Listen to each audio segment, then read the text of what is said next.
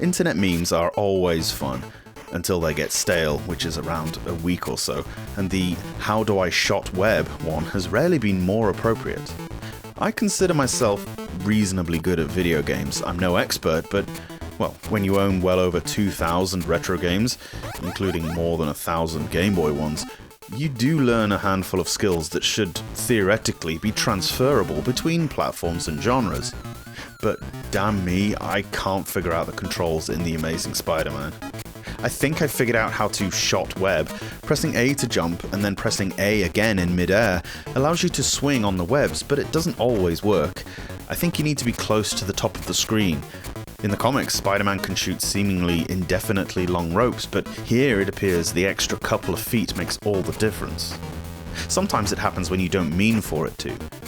There's a part on the first level where Spider-Man becomes bamboozled by two crates stacked on top of one another.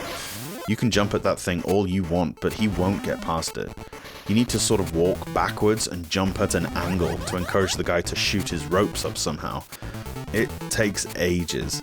You apparently can fire a mess of webbing at enemies, but I can't get this to work at all.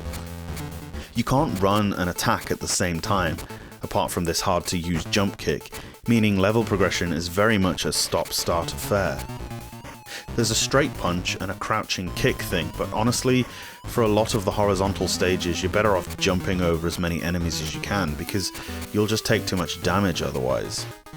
Occasionally, you'll come across a vertical wall climbing stage where people pop out of windows and swing baseball bats at you, and medicine balls drop out of the sky to knock you off.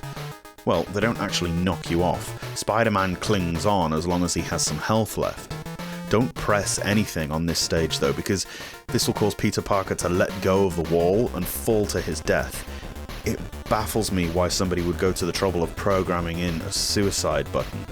You're supposed to jump for a window right at the very end, but it's still stupid, and could have been used for some sort of blocking mechanism.